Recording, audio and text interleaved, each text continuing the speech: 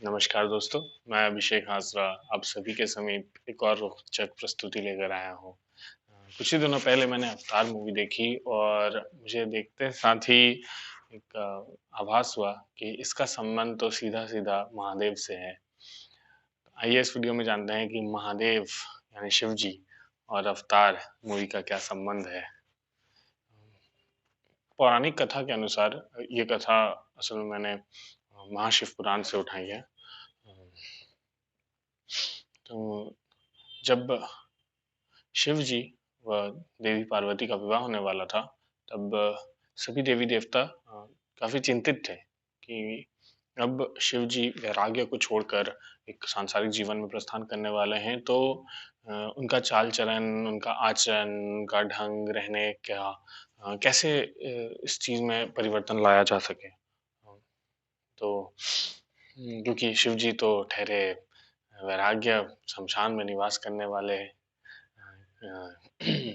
कैलाशपति, तो उनका चाल-चलन बिल्कुल भी एक सामान्य मनुष्य की तरह एक सभ्य समाज की तरह तो बिल्कुल भी नहीं था। ऐसा देवी-देवताओं का मानना था। तो उन्होंने आपस में विचार-विमर्श किया और कुबेर महाराज को भेजा गया शिव जी के पास। तो कुबेर जी पहुँचे अपने धन, ऐश्वर्य, जेवरात एवं अन्य बहुत क कीमती वस्तुएँ लेकर है ना, वस्त्र वग़ैरह आदि इत्यादि सब लेकर पहुँचे और महादेव को मनाने की कोशिश करने लगे कि अब महादेव आप क्योंकि सांसारिक जीवन में प्रस्थान करने वाले हैं, तो आप एक सभ्य समाज समाज की जो रीतियाँ हैं, उन्हें धारण करें और ये वस्त्र, ये ज़ेवरात ये सारे जो आभूषण हैं, उन्हें धारण करें। तो महादेव ने मुस्कुराते हुए बड़ी चतुराई के साथ जवाब दिया कि मैं जो ये वस्त्र पहन रहा हूँ, ये आभूषण जो मैंने धारण किए हैं, रुद्राक्ष रुद्राक्ष क्या है? प्रकृति से प्राप्त है। ये पेड़ का एक फल है, उसे मैंने धारण किया हुआ है। ये जो मैंने शेर की जो छाल पहनी हुई है, बाघ की जो छाल पहनी हुई है, ये तब मैंने जब बाघ अपना शरीर त्याग दिया होता है, जब बाघ के उस छाल का अब कुछ प्रयोग नहीं रहता, तब मैं उसे अपने वस्त्र के रूप में धारण करता हूँ। तो मैं किसी भी आभूषण और वस्त्र को धारण करते हुए प्रकृति को हानि नहीं पहुँचा रहा हूँ। मुझे आपके वस्त्र से परेशानी नहीं है, वो भी प्रकृति का हिस्सा है, लेकिन आप जिस प्रक्रिया से इसे आप बनाते हैं, अ, आप रेशम के कीड़ों को मारकर उसका रेशम निकाल के आप वस्त्र बनाते हैं, इन इन चीज़ों से मुझे परहेज़ है, इसलिए मैं आपके वस्त्र आभूषण नहीं धारण कर सका।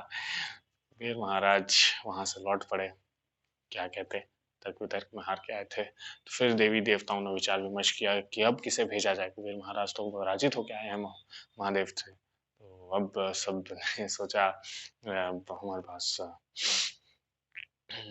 The god of architecture Vishwakarma है, तो विश्वकर्मा को भेजा गया, जाइए आप उन्हें मनाइए। तो विश्वकर्मा आए कैलाश में महादेव के समीप, बोले कि महादेव अब आप इस कैलाश में, इस वन में, इस गुफा में, इस पर्वत पे अब निवास ना करिए।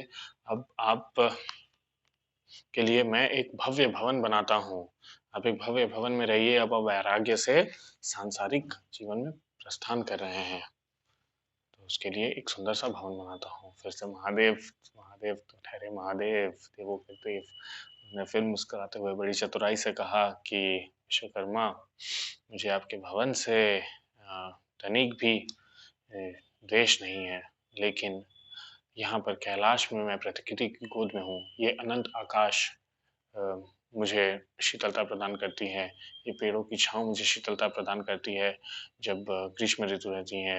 जब वर्षा होती है, तो यहाँ पर जो गुफ़ाएँ हैं कैलाश पर्वत में, वो मुझे वर्षा से बचाती हैं। एवं जब ठंड पड़ती है, जब शीतलहरें चलती हैं, तब इसी कैलाश में जो शमशान है, वो हमें ऊष्म यानी गर्मी हमें देती हैं। तो ये प्रकृति की ही देन है, जो हमें कष्ट दे रही है और ये प्रकृति ही हमें उनसे रक्षा करती है। तो मुझे भव्य भव्य भवन अनादि की कोई ना अपेक्षा है, ना हमें अभी ज़रूरत है। विश्वकर्मा भी क्या कहते हैं, वो भी पराजित होके वापस आ पड़े देवताओं के बीच। अब बारी थी इंद्रदेव की। अब इंद्रदेव गए। इंद्रदेव ने कहा, देवताओं को कहा कि मैं इंद्र हूँ, मैं देवराज हूँ, देवताओं का राजा हूँ, मुझसे तर्क वितर्क में कैसे जीत पाएंगे, मैं महादेव को अवश्य मना लूंगा। फिर अब इंद्रदेव पहुंचे कैलाश, उनसे कहने लगे कि ठीक है महादेव, आपको वस्त्र अपने नहीं बदलने, मत बदलिए, आपको आभूषण नहीं ग्रहण करने, आपको भव्य भवन नहीं चाहिए, कोई बात नहीं, लेकिन आपका जो खान पान है, आप जिस चीज का सेवन करते हैं, महादेव फल का ही सेवन करते हैं, वनस्पति जो जंगलों से प्राप्त होती है, उन्हीं पर सेवन करते हैं। उस चीज पर कहा इंद्रदेव ने कि अब आपका जो खान पान है उसे आप कृपया बदले। सभ्य समाज अनाज के प्रति ज्यादा रोचक है, वो अनाज खाता है। हाँ, जैसा कि एग्रीकल्चरल लैंड्स और ये करके जो आती है, एग्रीकल्चरल लैंड्स नहीं कहा, बट हाँ, ही मीन्स दैट जो खेतों में से अनाज हम उगाते हैं वो आप सेवन करिए, ये कहा इंद्रदेव ने। तो फिर से महादेव ने मुस्कुराते हुए कहा कि मुझे आपके अन्न से कोई द्वेष नहीं है, अन्न भी तो एक प्रकृति का हिस्सा है, परंतु अन्न का उत्पादन करने के लिए जो प्रक्रिया आप अपनाते हैं, उसमें वनस्पति और जो जंगल हैं उनका विनाश हो जाता है। जंगलों के विनाश से जंगलों में रहने वाले पशु पक्षी, उनका आश्रय छिन जाता है। इस चीज से मुझे द्वेष है, इस वजह से मैं आपका अन्न भी नहीं ग्रहण कर सकता। मुझे प्रकृति ने जो दिया है, जितना दिया है, जो खान पान मुझे प्रकृति के द्वारा मिलता है, फल हुए, वनस्पति हुए, मैं उन्हीं का सेवन करूंगा और सदैव उन्हीं का सेवन करता रहूंगा। इंद्रदेव भी तर्क वितर्क में हार के लौट पड़े। तो महादेव के चाल चलन, चरित्र, उनके रहने का ढंग कोई ना बदल पाया। महादेव तो ठहरे महादेव, देवों के देव। गौरतलब है कि वो प्रकृति से इतना प्रेम क्यों करते हैं, क्योंकि देवी पार्वती ही प्रकृति है, वो ही अन्नपूर्णा है। तो क्यों वो उनका प्रकृति से इतना प्रेम होना, अपनी स्त्री के प्रति अपनी भावना को प्रकट करना था। तो इस पौराणिक कथा से हमें शिक्षा क्या मिलती है कि हम मनुष्य, कहते हैं ना कि human beings are the most dangerous species on the earth. यही इस अवतार मूवी में एक्चुअल में दिखाया गया है कि हम अपने अपनी इस अर्थ को तो जो हानि पहुंचाना कर ही रहे हैं, हमने पैंडोरा तक को भी नहीं छोड़ा, वहां भी लोग शांति से पीसफुली रह रहे थे, ग्रीन एनवायरनमेंट था, वहां भी जाके हमने तहस महस कर दिया।